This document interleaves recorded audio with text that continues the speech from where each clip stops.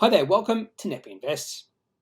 In this video, I am going to take a look at a recent IPO, and that is Airtasker. It's been listed on the ASX for 4 months, and there was a little bit of hype in this company when it did list. In fact, I think the share price rose about 60 or 70% the second day after it listed.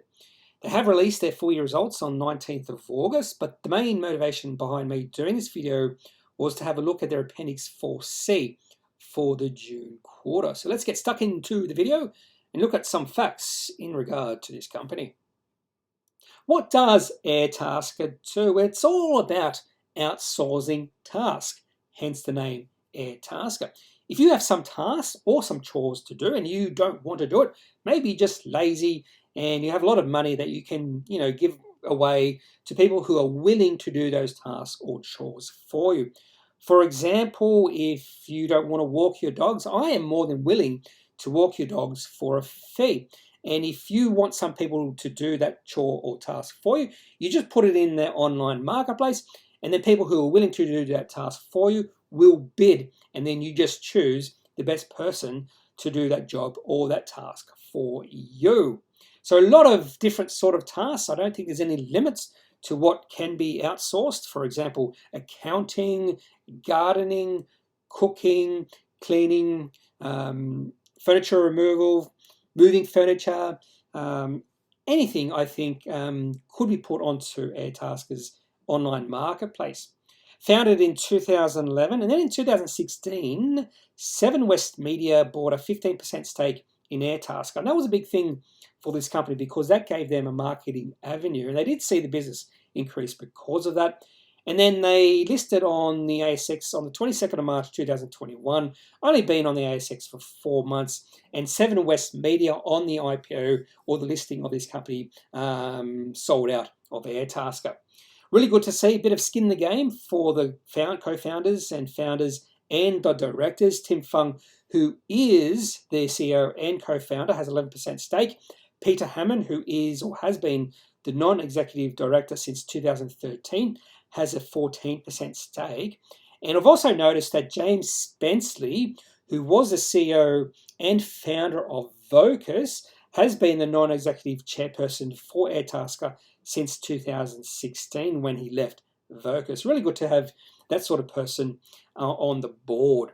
Also, I found out that Washington H. Sol Patterson has 4.5 million shares in Airtasker. That's about 1% stake. And the market cap of Airtasker right now at $1 is 414 million. That's a bit lofty, but because there was a bit of hype when Airtasker did IPO on the ASX, that's the main reason. I do think there's a bit of frothiness in the valuation right now. And the ticker code of Airtasker is ART. Now to some of their financial year 21 results. Looking at revenue, active customers, gross marketplace volume, and operating cash flow net PAT. Usually gross or GMV stands for gross merchandising value, but for Airtasker it's marketplace value. Revenue 26.6 million, up 38% from financial year 20. Active customers are increasing, but not quite the rate we're seeing revenue, up to 415,000, up 30% from the previous year. Gross marketplace value up 35% to 153.1 million. And Airtasker was operational cash flow positive for the financial year, 5.5 million. They weren't the previous year. So this is an important inflection point for this company. And hopefully they can continue this moving forward. There are some questions about that, simply because they are expanding overseas. And a lot of times when companies try to expand overseas, they do have to spend a fair bit of money. So we'll see if they can continue being operating cash flow positive in the next year.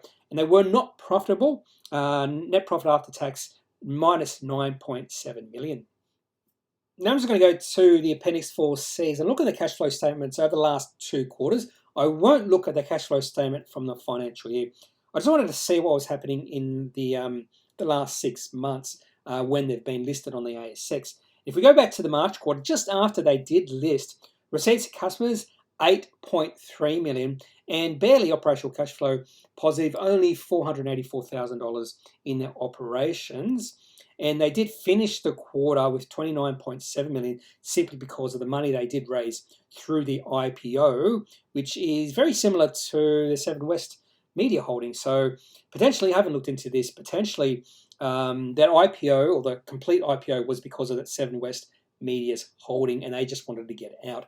So end of the quarter with 29.7 million. A lot more happened in the June quarter because this company did do a capital raising. So let's have a look at the June quarter results right now.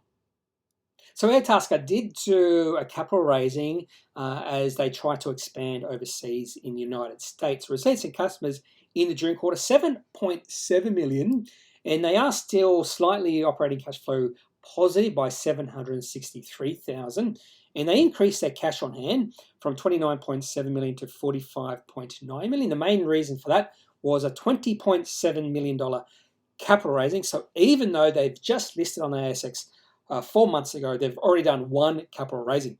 The main reason behind that capital raising was that expansion overseas in the United States. They did do an acquisition, and they are spending a fair bit of money trying to increase their exposure in the United States. That acquisition has exposure in Kansas City and I think it was Dallas-Fort Worth, so a very small area of the United States, even though those are two big cities. And they just want to expand further throughout the country. So that's where a lot of that capital raise or that extra money will be going to.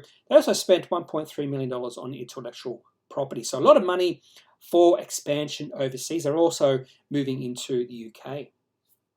Onto the daily chart for Airtasker from when they listed on the ASX on the 23rd of March 2021.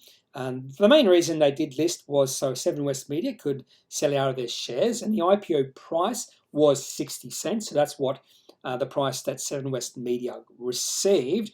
And they might have been a little bit upset because the day they did list, the share price opened above $1 and stayed above $1 on pretty good volume. But it was the next day where we saw the share price in Airtasker rise 67% in one day. So there's a lot of hype in this company the first 2 days of trading. In fact, the share price got as high as $1.95. So if Seven West Media had maintained their 15% stake and then sold out on that day, they could have got 3 times their returns.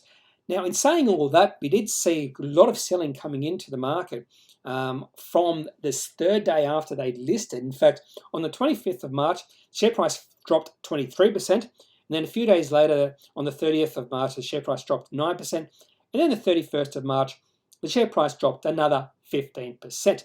And we have seen the share price drift downwards ever since then on low volume. So the market is becoming less and less interested in this company. And right now, the share price of Airtasker is $1, and there is a downtrend here. We have the 3 moving averages, and the share price is below the 50-day moving average.